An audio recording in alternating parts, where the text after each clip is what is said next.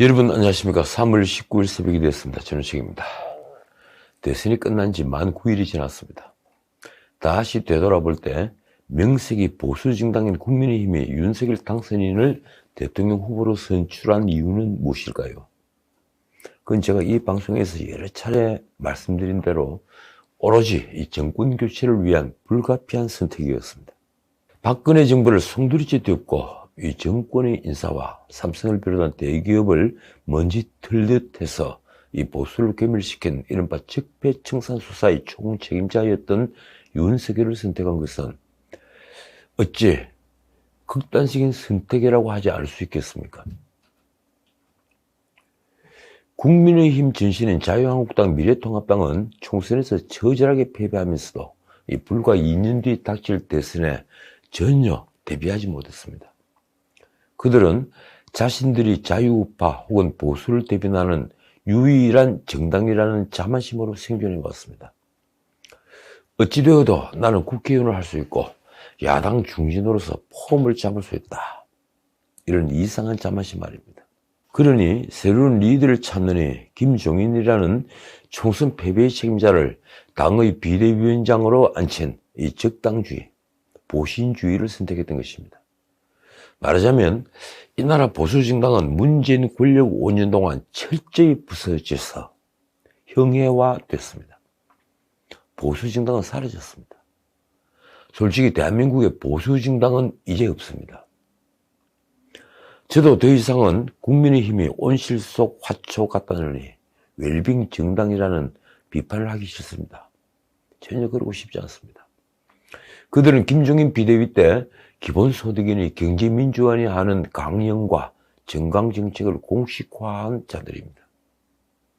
아마 윤석열 인수위에 와서 세상을 바꾸겠다는 위원장들, 이 굳이 민주당 전력을 제가 거론하지 않더라도 이 땅의 보수와는 거리가 먼 안철수, 김한길, 김병준 같은 이 위원장급들은 말할 것도 없이 국민의힘 지도부조차 당의 강령과 정강정책을 제대로 한번 읽어보지 않았다는데 저는 무엇이든 걸 수 있습니다.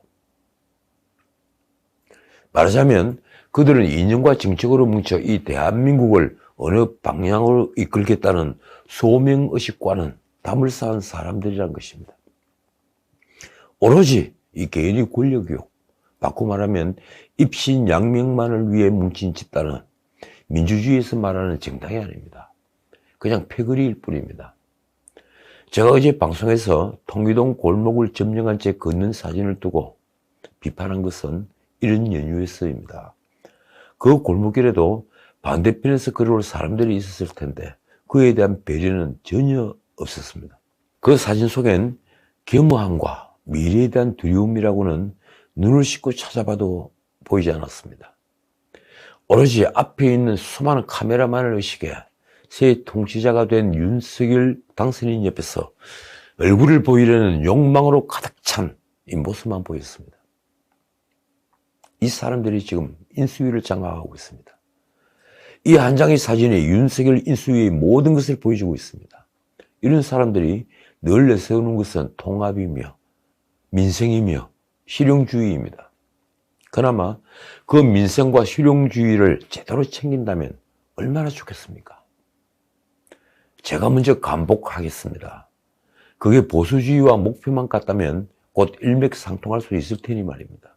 어떻든 이 나라에서 보수정당을 자임하는, 정확히는 보수를 집토끼로 여기고 있던 국민의힘은 윤석열을 후보로 선택했습니다.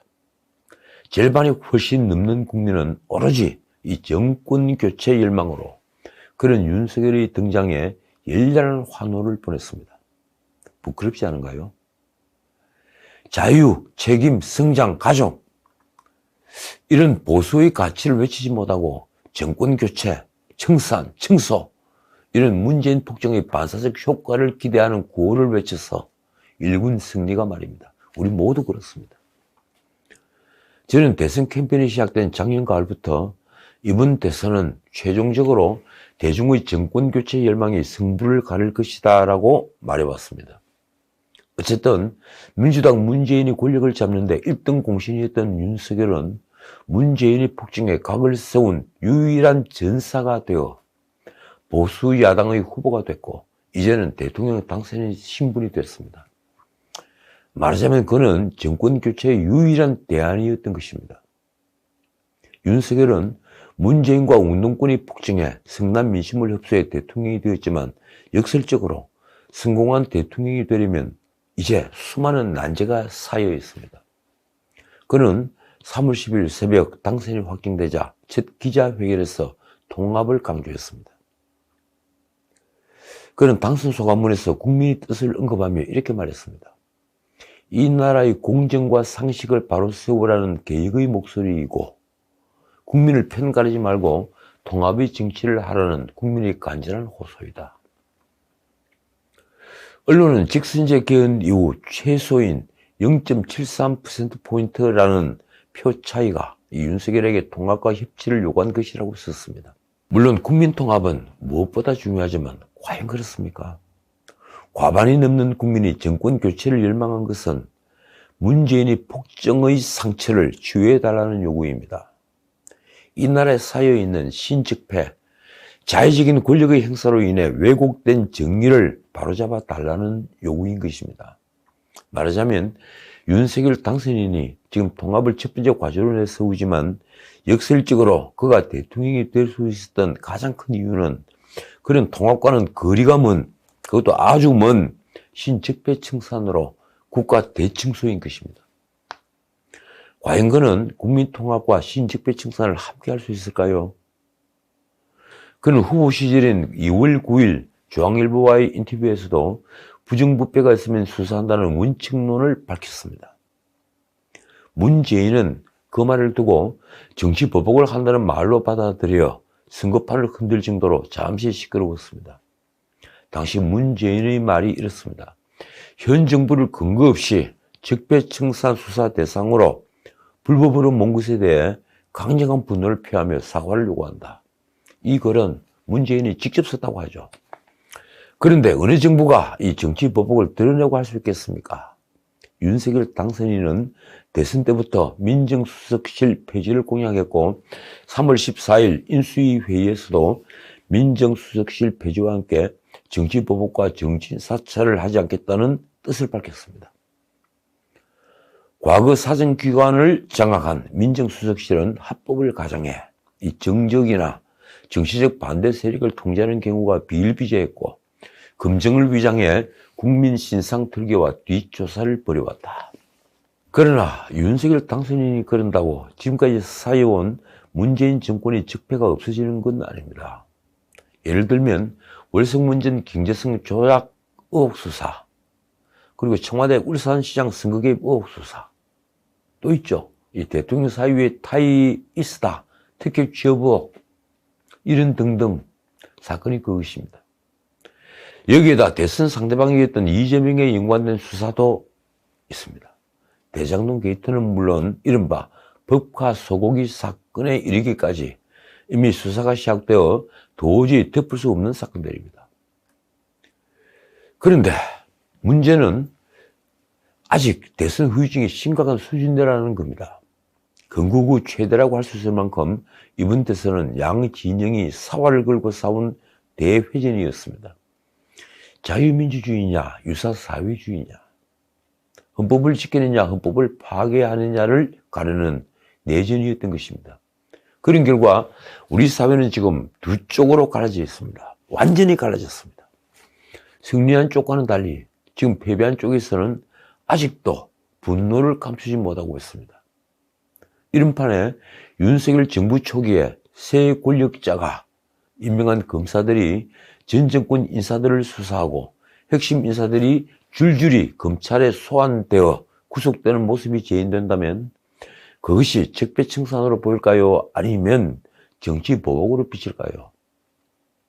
물론 윤석열 대통령과 새 군부는 검찰 수사에 일체 개입하지 않는 모양새를 취할 것입니다. 그렇다고 검찰이 이런 사건들을 느슨하게 수사할 수도 없습니다. 수사 책임자가 언론에서 주목하는 한 동문이 아니어도 말입니다. 당연히 윤석열 당선인이 말하는 시스템에 의한 수사가 이루어질 것입니다. 그러나 수사도 재판도 사람이 하는 일입니다. 시퍼렇게 살아있는 권력의 눈치를 보지 않을 수 없다는 말입니다. 민주당은 지금 어떤 심정일까요?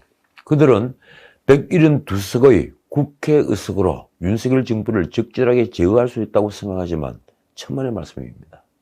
그들은 대선 과정에서 윤석열이 당선되면 검찰공화국이 된다고 선동했지만 대중은 부패한 자, 그것도 한때 떵떵거리는 권력을 누리던 자의 피를 보고 싶어합니다. 윤석열 당선인이 민정수석실 폐지를 선언한 것도 검찰 수사가 빚을 오해를 미리 불식시키겠다는 것입니다.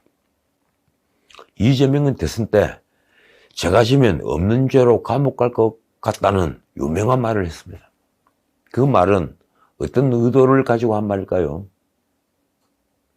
아니면 무심결에 나온 이 가슴속 밑바닥에 깔려있던 두려움에서 한 말일까요? 아마도 검찰 재수사가 본격화되면 그가 고통받는 것은 엄청난 고립감 때문일 것입니다. 그는 172석의 민주당 후보가 아니라 이제 대장동 게이트의 그분인지 아닌지를 밝혀야 되는 범죄 혐의자가 되기 때문입니다. 이 판에 이 언론이 다시 주목하고 있는 것은 김경수의 사면복권입니다. 이 김경수는 대법원에서 형이 확정되면서 대중에게 잠시 잊혀졌지만 그는 여전히 친노 친문의 적자입니다. 문재인이 마음의 빚을 지고 있는 대표적인 인물인 것입니다. 그래서 그가 사면을 받는다면 민주당의 새로운 구심점으로 부상할 수밖에 없습니다. 친문 세력이 아주 펄펄 살아있으니 말입니다. 그것은 이재명에게 다시는 기회가 오지 않는다는 것을 의미합니다. 동시에 윤석열에게는 정치보복이라는 공격을 의미하지 않고 이 대장동 게이트 등 사건의 진실을 밝힐 기회이기도 합니다. 자, 다른 얘기 좀 하겠습니다. 이 문 대통령이 18일 윤석열 대통령 당선인에게 이 조율이 꼭 필요하지 않으니 빠른 시일 내에 대화를 갖자고 제안했습니다. 청와대가 밝힌 문 대통령이 말은 내렸습니다. 빠른 시일 내에 격의 없이 허심탄회하게 대화하는 자리를 갖는 게 국민에 대한 도리다. 그러면서 문재인은 청와대의 문은 늘 열려 있다고 말했습니다. 언론이 말한 신구 권력의 충돌에 구 권력이 먼저 굽히고 나온 것일까요? 아니면 공공기관 알박기가 대충 끝났다고 판단하는 것입니까? 한국은행 총재와 중앙선관위원 그리고 감사원 감사위원 자리는 새 권력에게 양보하는 모양새를 취하면 된다고 본 걸까요? 어떻든 이번 신구 권력의 충돌은 제가 말씀드린 대로 MB 사면 문제는 아닌 걸로 보입니다. MB 사면은 문재인 진영에서는 다들 반대하지만 어차피 전직 대통령을 수감 상태로 두고 퇴임하는 것은 문재인에게도 큰 부담입니다. 거기에다 MB는 감옥에 둔 채 이 김경수만 사면 복권한다는 것은 말이 되지 않습니다. 이러니 모양새는 이상해졌지만 MB 사면과 김경수 사면은 이제 결정된 바와 다름없습니다. 그렇다면 남은 것은 공공기관 알박기인데 이 문제로 신구 권력이 계속 다투는 것은 어차피 퇴임하는 문재인에게 더 큰 부담이 될 뿐입니다. 이러니 적당한 선에서 일을 매듭짓자고 하는 것입니다. 문재인은 이와 함께 청와대 수석과 비서진에게 묘한 지시를 했습니다. 박경미 대변인이 전한 말이 이렇습니다. 당선인 측의 공약이나 국정 운영 방안에 대해 개별적 의사표현을 하지 말라. 이 한마디는 지금 문재인의 처지가 어떤지를 단적으로 보여주는 말입니다. 언론은 순장조 타김민이 이틀 전 청와대 이전과 관련해 페이스북에 조롱 섞인 글을 남긴 것에 대한 말로 해석했습니다. 그런데 어디 그뿐이겠습니까? 타김민은 그 글에서 이 대통령 집무실을 비서동으로 옮긴 지 5년이 됐다. 제가 조금 전에 이동 시간을 확인했는데 뛰어가면 30초, 걸어가면 50초로서 상당한 시간이 소요됩니다. 헉헉. 이렇게 썼죠. 그는 또 이런 걸 또 쓰는데 문재인이 지시가 있고 나서 곧 지웠습니다. 이렇습니다. 일본이 창경궁을 동물원으로 만들었을 때도 시민들에게 돌려준다고 했었다. 여기 안 쓸 거면 우리가 그냥 쓰면 안 되나 묻고 싶다. 자, 이처럼 문 대통령부터 굽히고 나오니 전 정권의 수하들도 태도를 바꾸기 시작했습니다. 탈원전 정책이 선봉했었던 문성묵 이 산업부 장관이 18일 울진의 한국수력원자력 이 한수원 한울원전본부를 찾아서 한 말이 이렇습니다. 운영 중인 원전은 충분히 활용하고 건설 중인 원전 사기는 빠르게 완공해달라. 깜짝 놀랄 말입니다. 그가 지금까지 해온 말을 생각하면 말입니다. 그가 한울원전본부를 찾은 것은 최근 이 지역에서 대규모의 산불이 발생함에 따라 이들 시설의 안전관리 실태를 점검한다는 이유에서입니다. 그런데 돌이켜보면 신한울 1호기는 지난해 7월 시운전에 들어갔고 올해 3월 상업 가동 예정이었죠. 그런데 하반기로 가동이 미뤄졌습니다. 그때는 왜 그랬습니까? 문성국은 표정 하나 바꾸지 않고 이렇게 말했다고 합니다. 운영 중인 원전 24기는 충분히 활용하고 건설 중인 원전은 높아진 안전기준을 충족하며 속도감 있게 완공해달라. 현재 건설 중인 원전은 신한울 1, 2호기입니다. 그리고 신고리 5, 6호기 등 총 4기입니다. 신한울 1, 2호기는 2017년부터 2018년 이 2년간의 상업 운전을 시작할 계획이었습니다. 그리고 신고리 5, 6호기도 지난해와 올해 가동에 들어가기로 돼 있었습니다. 계획대로 됐다면 말입니다. 하지만 문재인 정부 들어 신한울 1, 2호기 가동 시기는 올해 하반기와 내년 3월로 약 5년이 미뤄졌습니다. 그리고 신고리 5, 6호기도 2024년에서 2025년으로 완공이 늦춰졌습니다. 그러던 산업부 장관, 이 산업부 장관이 갑자기 세상이 바뀐 것을 안 걸까요? 아니면 원전이야말로 이유가 말한 대로 친환경 에너지인 것을 이제야 깨달은 걸까요? 문성욱은 작년 5월 장관 후보자 인사청문회 서면 답변에서도 원전은 온실가스 감축에는 장점이 있으나 국민 수용성 등을 고려할 때 탄소 중립을 위한 지속 가능한 대안이 되기 어렵다고 한 사람입니다. 저는 그 말을 도저히 이해하지 못했습니다. 작년 10월 국정감사에선 원전으로 만든 전기는 RE100 때문에 이 국내외 시장에서 인정받지 못한다고도 했습니다. 지난 1월 말에는 건설 계획이 백지화된 신한울 3, 4호기 건설 재개에 대해 이렇게 말하기도 했습니다. 우리나라에서 사용 후 핵연료와 고준위 폐기물 처리 문제가 구체적으로 해결되기 전까지는 원전을 더 확대하는 것은 바람직하지 않다는 것이 현 정부 입장이다. 그러니 핵 폐기물 때문에 지금까지 원전을 미룬 것입니까? 탈원전 정책을 한 겁니까? 그런데 이 문재인부터 태도를 바꾸니 입장이 무척 어려워졌을 것입니다. 이 문재인은 2월 말 향후 60년 동안은 원전을 주력 기저 저운원으로 충분히 활용해야 한다고 했습니다. 귀를 의심케 하는 느닷없는 놀라운 태도 변화였습니다. 문재인은 그때 신한울 1, 2호기와 신고리 5, 6호기에 대해서도 가능한 한 빠른 시간 내에 단계적 정상 가동을 할 수 있도록 점검해달라고 말했습니다. 진실은 이처럼 폭정에도 죽지 않고 살아있었던 것입니다. 자, 오늘은 여기까지입니다. 이 산업부와 한수원에 따르면 지난달 한수원 이사회는 정재훈 사장의 1년 연임을 의결하고 주총에서도 연임안을 통과시켰습니다. 정재훈이 누굽니까? 월성 1호기 가동 중단 등 탈원전 정책에 반대했던 전임 이관섭 사장이 임기를 1년 10개월 남긴 2018년 1월 돌려 쫓겨나자 그해 4월 취임했습니다. 지난해 3년 임기를 마치고 1년 연임해 올 4월 초 임기가 끝나는데 1년 더 하겠다는 겁니다. 원전업계에서는 이렇게까지 뻔뻔할 수 있나 하는 말이 쏟아졌습니다. 정재훈은 월성 1호기 경제성 조작 사건이 연루돼 지난해 6월 배임과 업무방해 등의 혐의로 기소가 됐고 1심 재판을 받고 있는 중입니다. 이런 그가 지난해 국감에서는 뜬금없이 신한울 3, 4호기 건설을 재개해야 한다고 말하자 이 정권 교체를 염두에 둔 아첨이라는 말이 나왔습니다. 한 나라를 망하게 하는 자들은 바로 이런 아첨꾼들입니다. 그런데 권력을 잡을 때 모두 아침을 멀리 하겠다고 하지만 아침을 멀리한 사람은 정말 드뭅니다. 현자가 드물다는 말입니다. 지금까지 지른책이었습니다.